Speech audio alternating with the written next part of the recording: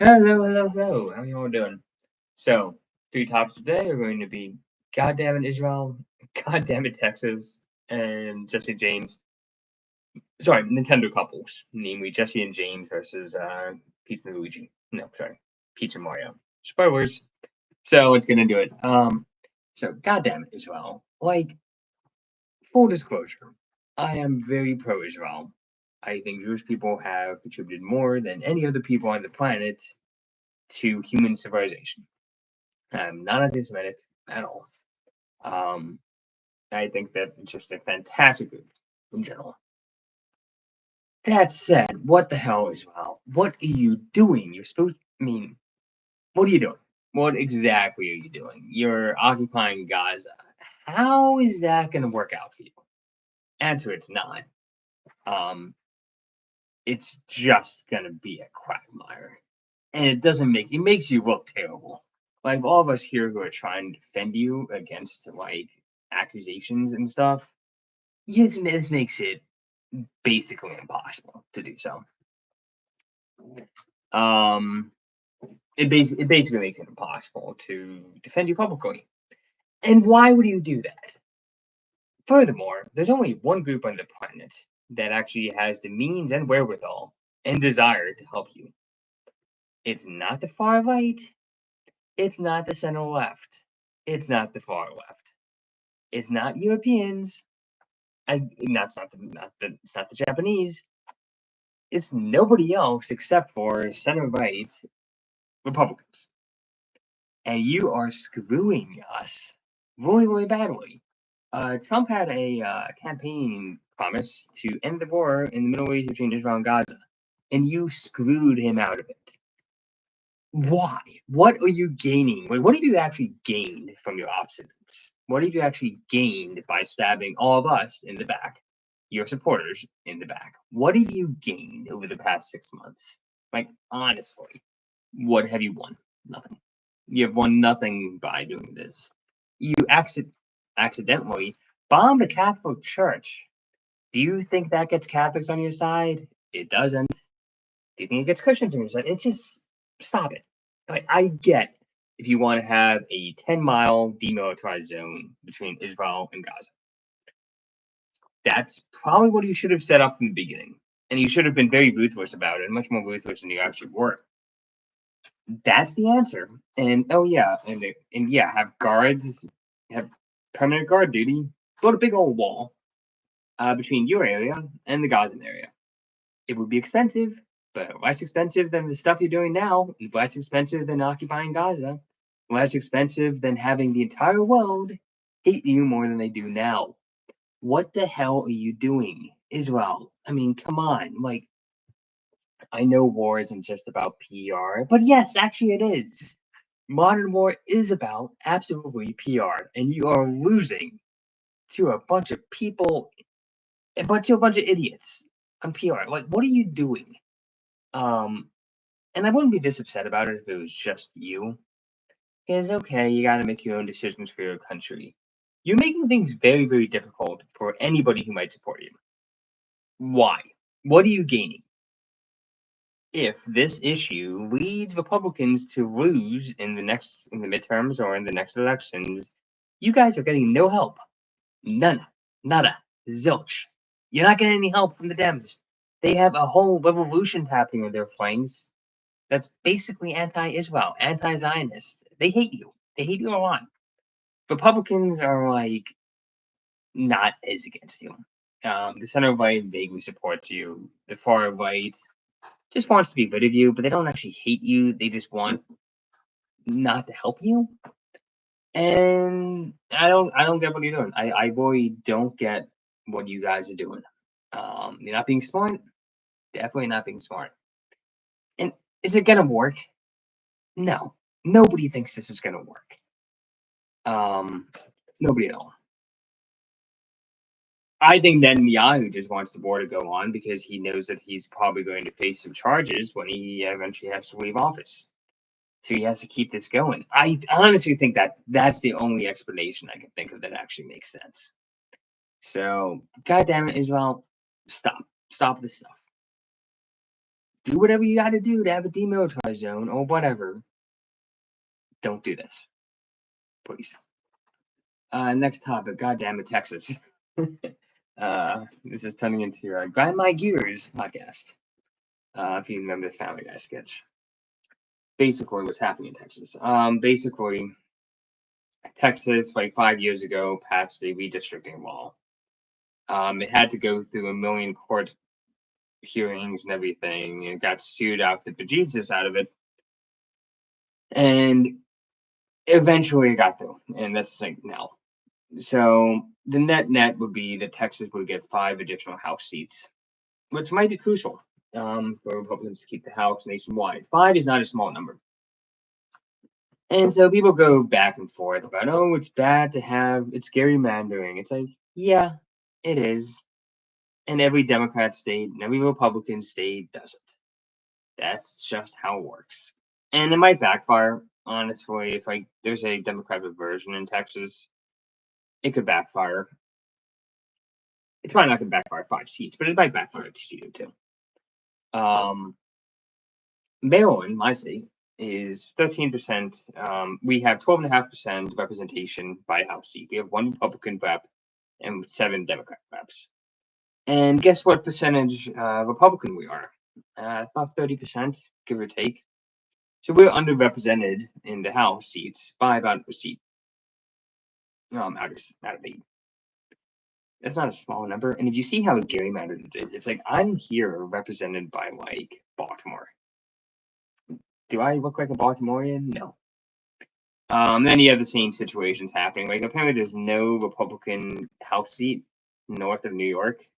Either they're like 40% Republican and more in some areas. So every country, and they fight. So basically, they're going to pass it, and you have this thing that you need a quorum in Texas in order to sign the legislation or whatever. So all the Texan Democrats basically got on their plane, went to Illinois, one of the most gerrymandered states in this nation, kind of out of protest and to stop it from happening. So from what I understand, they broke some kind of law doing so, and so they're being threatened with arrest. And I'm obviously on one side that I think Texas should gerrymander because it's even versus Democrats. That said, you should not arrest anybody. If you're a politician, in my mindset, you should be above the law. Yes, I'll say that again. Politicians should be above the law because your alternative is having them below the law and having our democracy settled by legal fiat, which is not what you want at all. It's stupid. You see how I was against it when they did it against Trump or Le Pen or the Brazilian guy. I'm against it now if they're doing it against Democrats. Now, if a politician should have murdered somebody, okay, maybe the court should be rolling on things. But this isn't that case. The right thing to do is to say, we're going to ignore the quorum rule. You guys are being silly. We know you're being silly. We're going to ignore the quorum rule, pass it, and then you're done. That's so much better than like actually threatening police action against elected officials. Sorry, it's just better. Now, as far as the actual gerrymandering goes, the way to counter that needs to be done nationwide. The House seats were not meant to be stuck at the current number, like 520 or whatever. They were meant to be growing so that every like certain number of people you get an additional representative. And that was changed a long time ago.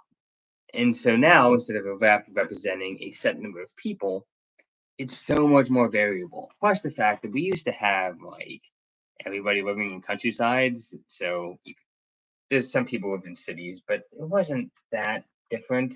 The idea that we have cities and countryside that have such wildly different political leanings is the reason why gerrymandering is such a problem. So my solution would be is that you have a limit of like 10% or whatever between the percent representation you have in the House and the percent population that's registered to Republicans or Democrats.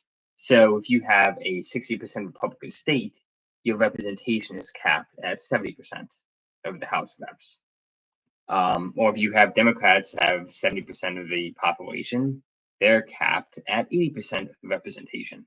Something like that nationwide, I think would be a worthy constitutional amendment. I think it's time. This is exactly the type of thing that constitutional amendments are meant for. Is this kind of developing situation that didn't exist 250 years ago. So yeah, that's my solution. It's the obvious one too. It's the easy one. Like I'm not saying no gerrymandering. I'm just saying cap it, right? So final thing. So there's been some drama in the Nintendo world for their couples. So apparently Mario and Peach are just friends, and everybody's getting upset about this. And I'm like, they spelled it out very, very clearly in Super Mario Galaxy. Not that they were never dating, but that they are no longer. That they're just friends now. Like maybe they weren't friends like 10 years ago. I'm actually fine with this. Like any relationship that involves a woman getting periodically kidnapped by another guy, like a lot, that's not a stable relationship. And also, people think this is a new thing. It's not. Is Super Mario Galaxy, which was an amazing game by any means. They have this whole storybook thing that shows up. It has no impact on the story. It just once like every section of the game, you go through a little bit of this storybook, and there's this random cutscene where you tell the story of where Rosalina came from, and it is very strongly implied that Rosalina's mother is Peach and her father is Luigi, which is just so sweet. It's like Luigi gets to be with the woman that his brother protected. And maybe it's not so sweet. Whatever. It's fun. It's funny and it's cute. And they have Rosalina and then Peach dies and it's all very, very sad. If you want a tearjerker, playing with Super Mario Galaxy, those storybook scenes, dear God, they hit the spot. As far as having just a very bittersweetness. It's so great. But so it's not even a new thing. Like it was implied for the past 10 years that Mario and Peach do not end up getting together. It's Luigi and Peach. Mario can go screw around with Daisy, maybe. I don't know. That makes sense to me. I know that's not what people ship, but it's fine. Um, so people made way too big of a deal out of it. It's been canon for like 10 years. Get over it. And if you didn't notice that, then you obviously don't care enough about the canon to complain. Now the one that is annoying to me is that Team Rocket split up. Jesse and James split up at the end of Ash's Pokemon journey. And I think I hate that so much because they were such a good couple. I love their motto prepare for trouble, make it double. They're together. To protect the world from devastation. That's a pretty good goal to unite all people within our nation. Okay, a bit ominous, but it's still a good goal for a couple to have. To denounce the evils of truth and love. Love is a joke, and truth, what do you mean, what truth? Is societal truth? Yeah, screw societal truth. To extend our reach to the stars above. I mean, get to the stars. I mean, come on. It's just so good. As far as an actual way to have a relationship where they actually kind of have a shared goal of conquering the universe. That's cool as hell. And they always have a goal. Like they really want to get that Pikachu, right? And also, like, they're dedicated workers. Like, they got this task that they got that's not going well. And they fail and they fail and they fail and they fail over and over again. But at the end of the day, what do? They get back up, they get together, and they try again. And you know what that is? You you're a kid, you want to be Ash, right? Oh, I want to be the Pokemon Master. I want to be the greatest Pokemon trainer in the whole world. And as you get older and things start not working out for you or whatever, you start to admire Team Rocket a bit more because they keep trying and they're still friends and they still get along and they still have chemistry and they just keep failing together and it's beautiful to watch. There's nothing better than watching.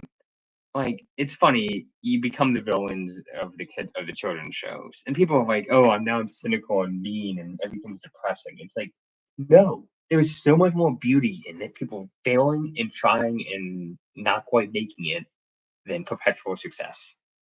Um, so yeah, if you are looking for a internship, you can do a lot worse than Jesse and James. And I know they're not technically dating, but we all ship them. Can we just be honest with ourselves at that point? Jesse and James should be canon. Just saying. I hope there's a comic or something where they get together and have a kid.